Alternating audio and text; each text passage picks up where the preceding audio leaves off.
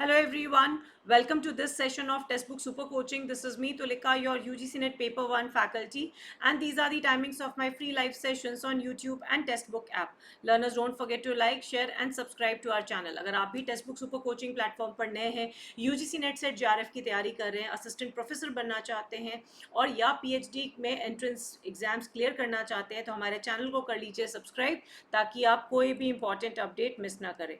So learners, this is my Telegram group. इस Telegram group के माध्यम से हम आपके साथ सभी इंपॉर्टेंट अपडेट्स शेयर करते हैं, so don't forget to join it. आज जो हम टॉपिक डिस्कस करने जा रहे हैं वो काफ़ी इंपॉर्टेंट है रिसर्च एप्टीट्यूड में, that is types of hypothesis. So हम ये समझेंगे कि हाइपोथेसिस क्या होती है, क्या उनके टाइप्स हैं और इसके ऊपर बेस्ड PYQs को भी सॉल्व करेंगे. सो आज के इस सेशन में टाइप्स ऑफ हाइपोथेसिस का होगा एक क्विक रिविजन, तो सेशन पूरा देखिए और पूरे क्वेश्चंस को भी आंसर कीजिए. सो सबसे पहले हाइपोथेसिस है क्या. हाइपोथेसिस हमारी ऑब्जर्वेशन के ऊपर बेस्ड है. हम कुछ चीज़ों को हाइपोथेसाइज करते हैं, हमें लगता है ना. तो कैसे लगता है, हम कुछ चीज़ों को देखते हैं, ऑब्जर्व करते हैं, तो उसके आधार पर हम हाइपोथेसाइज करते हैं, यानी कि अपनी हाइपोथेसिस बिल्ड करते हैं. आप जो अपनी हाइपोथेसिस बनाते हैं उसे हम रिसर्च हाइपोथेसिस कहते हैं या ऑल्टरनेट हाइपोथेसिस कहते हैं. ठीक है. अब आपकी बात इज सब्जेक्ट टू टेस्टिंग. आपने जो बात कही कि ऐसा होता होगा, that is subject to testing. वो सही हो भी सकता है, नहीं भी हो सकता है, तो इसे हमें चेक करना होगा, राइट. मगर इसे चेक करने के लिए हम पहले बात करते हैं नल हाइपोथेसिस की, जो कि ऑलरेडी प्रेजेंट रहती है. तो मान लीजिए अगर आप कहते हैं कि एक नए टीचिंग मेथड से पढ़ाने से बच्चों के परफॉर्मेंस में सुधार आएगा, राइट. तो ये टीचिंग मेथड का जो आप प्रभाव देखना चाहते हैं परफॉर्मेंस पे, पॉजिटिव इफेक्ट देखना चाहते हैं, ये आपका मानना है, राइट. बट नल हाइपोथेसिस कहेगी कि टीचिंग मेथड का, नए टीचिंग मेथड का कोई प्रभाव परफॉर्मेंस पे नहीं पड़ेगा, राइट. चाहे आप इस नए टीचिंग मेथड से पढ़ाएं या किसी मेथड से पढ़ाएं, performance will remain the same. ऐसा मानना है नल हाइपोथेसिस का. बट चूंकि आपने रिसर्च करनी है, आपने ये देखा है कि भाई हम नए तरीके से ऑडियो विजुअल एड से जब बच्चों को पढ़ाते हैं तो उनकी लर्निंग अच्छी होती है और सब्सिक्वेंटली उनके परफॉर्मेंस में भी वृद्धि होती है, सुधार आता है. तो हम ये कह सकते हैं कि हाइपोथेसिस एक प्रपोज्ड एक्सप्लेनेशन है, कोई ऐसे फिनोमेना का जो कि आपकी पूरी रिसर्च का स्टार्टिंग पॉइंट बनता है. आप जो आने वाले समय में इन्वेस्टिगेट करना चाह रहे हैं उसका जो स्टार्टिंग पॉइंट होता है वो कहाँ से शुरू होता है, हाइपोथेसिस से. So please remember this thing कि कोई भी आगे जाके थ्योरी का निर्माण होता है, सबसे पहले ये आपकी हंच होती है, ये आपका आर्ग्यूमेंट होता है. आप चीज़ों को ऑब्जर्व करते हैं और उसके आधार पर आप चीज़ों को हाइपोथेसाइज करते हैं, राइट. सो थ्योरी कैसे बनती है, थ्योरी बनती है आपके हाइपोथेसिस के आधार पे. और जब थ्योरी बनती है तब आपके पास पूरा का पूरा एक्सप्लेनेशन होता है. एक साइंटिफिक मेथड के द्वारा आप चीज़ों को टेस्ट करते हैं और कंफर्म करते हैं कि जो आपने शुरू में कहा था, जो आपकी ऑब्जर्वेशन थी, उसको आपने एक्सपेरिमेंटेशन के द्वारा प्रूव किया है.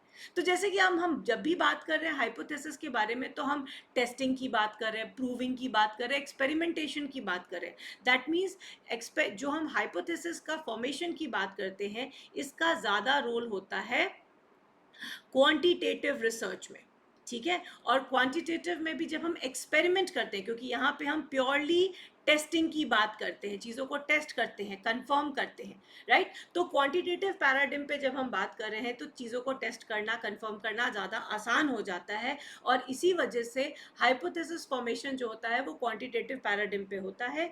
और क्वालिटेटिव रिसर्च जब हम करते हैं तो हम अजम्पशंस बनाते हैं, राइट. तो कितनी भी नंबर ऑफ हाइपोथेसिस आपने बनाई हो, 2, 4, 10, जो भी आपको लगता है, अगर वो सब प्रूव हो जाती है, जब वो सही हो जाती है, वो ट्रू हो जाती है, तो एक थ्योरी का निर्माण होता है. और इसी थ्योरी के आधार पर आप आने वाले समय में प्रिडिक्शंस कर सकते हैं. तो शुरुआत होती है हाइपोथेसिस से और हम आगे फ्यूचरिस्टिक चीज़ों को प्रिडिक्ट कर सकते हैं on the basis of the theory, जो कि ऑलरेडी ट्राइड एंड टेस्टेड होती है. नाउ अगर हम एक सिंपल से एग्जाम्पल से इसको समझें, ये फैक्ट है कि लोग बीमार पड़ते हैं, पीपल गेट सिक, ये एक फैक्ट है. हाइपोथेसिस ये कहती है कि something gets in their body and start doing bad things, यानी कि हो सकता है उस पर्सन ने कुछ खाया, कोई पानी गंदा पी लिया और उसकी वजह से उनकी बॉडी में ऐसी कुछ प्रॉब्लम होने लगी, ये आपकी हाइपोथेसिस है। अब आप इसे कैसे टेस्ट करेंगे? आप इसे किसी लैब टेस्ट में करा लेंगे, ब्लड टेस्ट से कर लेंगे, बॉडी के किसी फ्लूइड की टेस्ट करके आप इस चीज़ को कंफर्म कर देंगे। और जैसे ही ये चीज़ कंफर्म होगी, आपकी हाइपोथेसिस क्या हो जाएगी? एक्सेप्टेड हो जाएगी। और on the basis of this accepted hypothesis बनेगी ये theory that says that the germ theory of disease, यानी कि ये डिजीज के पीछे कौन था? ये जर्म था। तो this is how we shape up the fact, move to hypothesis, get to testing, and finally construct the theory. Right now, before we solve some questions जो कि hypothesis के ऊपर आधारित है, learners, we have started our foundation batch 2.0 और इस batch में आपको पेपर 1 और ये सभी सब्जेक्ट्स ऑफ पेपर 2 की क्लासेस मिलती हैं लाइव और ये मिलती हैं रिकॉर्डेड। इस कोर्स के थ्रू हम आपको आपकी तैयारी कराएंगे दिसंबर एग्जाम के लिए, लेटेस्ट एग्जाम पैटर्न और स्ट्रक्चर्ड स्टडी मटेरियल, साथ ही साथ special mentorship course for PhD admission will also be provided. So learners, limited seats are available and there is a UGC NET cashback programme. अगर आप December foundation 2.0 batch में enrol होते हैं तो आपको एक्सेस मिलता है जून बैच का, बूस्टर का और दिसंबर बैच का। और अगर आप री नेट एग्जाम में जीआरएफ क्वालिफाई हो जाते हैं तो 100% आपकी फ़ी हो जाएगी रिफंडेड। अगर आप नेट क्वालिफाई भी होते हैं तो 80% आपकी फ़ी रिफंड हो जाएगी। दोनों ही केस में आपको मिलता है free enrolment in mentorship programme. So it's a win-win situation for all the students. So learners, let's solve some questions. A researcher fails to reject the null hypothesis in his or her research. What implications will it carry on his principal research hypothesis? तो यहाँ पे जो बात की जा रही है ये उनकी अपनी hypothesis के ऊपर बात की जा रही है। तो fails to reject, ज़्यादातर हम ये term यूज़ करते हैं। fails to reject का मतलब होता है accept। तो अगर हमने नल हाइपोथेसिस को एक्सेप्ट कर लिया तो ऑब्वियस सी बात है जो मेरी रिसर्च हाइपोथेसिस थी वो रिजेक्ट हो गई। So the correct answer for this will be rejecting the research hypothesis. Now here we have research के steps जिसमें defining a research problem है, hypothesis making है, drawing a research sample है, hypothesis testing है। तो देखिए आप hypothesis को भी हमने दो stages में divide किया है, making और testing पे। तो कौन सा feature किस research step के लिए appropriate होगा, ये हैं आपके options और यही question है आपका हिंदी में। तो यहाँ आपने देखना है कि शोध समस्या को परिभाषित करना, परिकल्पना तैयार करना, शोध प्रतिदर्श लेना और परिकल्पना का परीक्षण करना, ये अलग सारे स्टेजेस हैं और ये सब उनकी विशेषताएं हैं। तो आपने देखना है जब हम इनको सही मिलान करते हैं तो 4D यानी हमारा सही होगा। डिफाइनिंग अ रिसर्च प्रॉब्लम की बात करते हैं, दैट मीन्स हम बहुत केयरफुली अपने ऑपरेशनल डेफिनेशंस चूज करते हैं, वैसे टर्म्स को चूज करते हैं जिनको हम टेस्ट करना चाह रहे हैं। बेसिकली हम बात कर रहे हैं यहाँ पे वेरिएबल्स की जिनको हम स्टडी करना चाह रहे हैं। हाइपोथेसिस मेकिंग में हमें इन्हीं वेरिएबल्स के बीच के रिलेशनशिप को स्टैब्लिश करना है। जैसे अभी मैंने आपको कहा था टीचिंग मेथड और परफॉर्मेंस, तो मेरा वेरिएबल क्या होगा? ये टीचिंग मेथड एक वेरिएबल होगा, ये परफॉर्मेंस होगा, right. Then drawing a research sample. So drawing a research sample मतलब वो सारे जितने भी हमारा पॉपुलेशन है उसमें से रिप्रेजेंटेटिव मैं सिलेक्ट करूँगी, ऐसे यूनिट्स का मैं चयन करूँगी जिनको अपनी स्टडी में मैं इंक्लूड कर सकूँ। And hypothesis testing is last but not the least एक ऐसा स्टेटिस्टिकल टेक्निक जो कि हम डेटा एनालिसिस के लिए करते हैं और इसके माध्यम से हम अपनी हाइपोथेसिस को एक्सेप्ट या फेल टू एक्सेप्ट करेंगे or reject or fail to reject.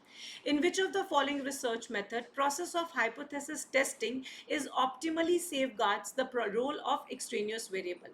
तो यहाँ पे दिए गए हैं 4 ऐसे मेथड, इनमें से कौन सा ऐसा मेथड है जहाँ पे हाइपोथेसिस टेस्टिंग एक्चुअल तरीके से की जाती है?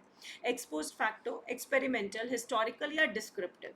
सो चूंकि यहाँ पे हमने एक्सट्रेनियस वेरिएबल को कंट्रोल करने की बात की है, सेफगार्ड करने की बात की है, और जैसा कि हम जानते हैं कि हाइपोथेसिस टेस्टिंग हम क्वांटिटेटिव पैराडिम पे सबसे अच्छे तरीके से कर सकते हैं और साथ साथ वहाँ पे टेस्टिंग की बात होती है तो experimental method is the ideal one. तो बोथ केसेस में experiment method is the right answer. Next question, which of the following are the characteristics of a strong hypothesis? अगर हमें बात करनी है प्रबल परिकल्पना की विशेषताओं की तो गिवन द ऑप्शन इन पांचों में से किनको हम आइडेंटिफाई करेंगे कि हाँ इनको मिला के हमारा एक स्ट्रॉन्ग हाइपोथेसिस बनता है? So A, B, C, D and E are your option.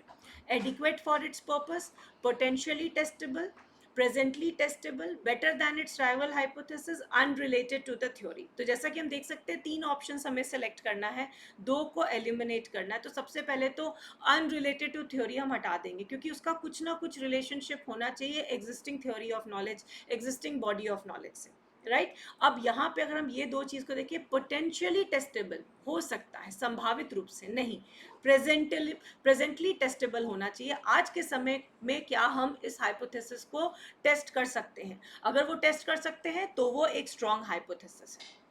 So that will be the right answer. So next question is assertion and reason based question. Research hypothesis cannot be directly verified because null hypothesis is helpful in making a claim by the researcher that his or her findings are not fortuitous or by chance. तो आपको बताना है अनुसंधान परिकल्पना को सीधे सत्यापित नहीं किया जा सकता है, क्योंकि शून्य परिकल्पना शोधकर्ता द्वारा ये दावा करने में सहायक होती है कि उसके निष्कर्ष आकस्मिक या संयोगवश नहीं है. सो हम जो भी फाइंडिंग्स निकाल के लाते हैं, नल हाइपोथेसिस ये बात की पुष्टि करता है कि आपकी जो फाइंडिंग्स है that is not by chance, right. तो ये मदद करती है. सर पहली बात हम किसे टेस्ट करते हैं? हम नल हाइपोथेसिस को टेस्ट करते हैं, यानी कि हम रिसर्च हाइपोथेसिस को कभी भी डायरेक्टली वेरीफाई नहीं कर सकते हैं. और यही रिसर्च हाइपोथेसिस आपकी मदद करती है कि आपने जो क्लेम किया है वो बाय चांस नहीं है, राइट. उसके पीछे कोई ना कोई लॉजिक है, उसके पीछे कोई ना कोई कारण है. So learners, ये था हमारा content based on hypothesis and how do we use it, some important terms related to hypothesis, और ये है आपका homework questions. So कुछ terms है जो हम research में बहुत use करते हैं, जिसमें hypothesis भी है, sample है, research designer, research tool है. आपको इनके सही description के साथ करना है मिलान, और ये हैं आपके options. Accordingly आपने select करना है अपना options. क्वेश्चन आपका इंग्लिश और हिंदी दोनों में है. इस होमवर्क क्वेश्चन का आंसर आप मुझे देंगे in the comments after the session gets over, and do let me know have you understood alternate and null hypothesis. आने वाले सेशंस में हम वन डायरेक्शनल और टू डायरेक्शनल या नॉन डायरेक्शनल हाइपोथेसिस को कवर करेंगे. So I hope this piece of information was useful for all of you. Don't forget to like, share and subscribe to our channel. Do join my Telegram group for all important updates. For subscription related courses आप इस number पे contact कर सकते हैं. I'll see you soon in the next class. Bye bye.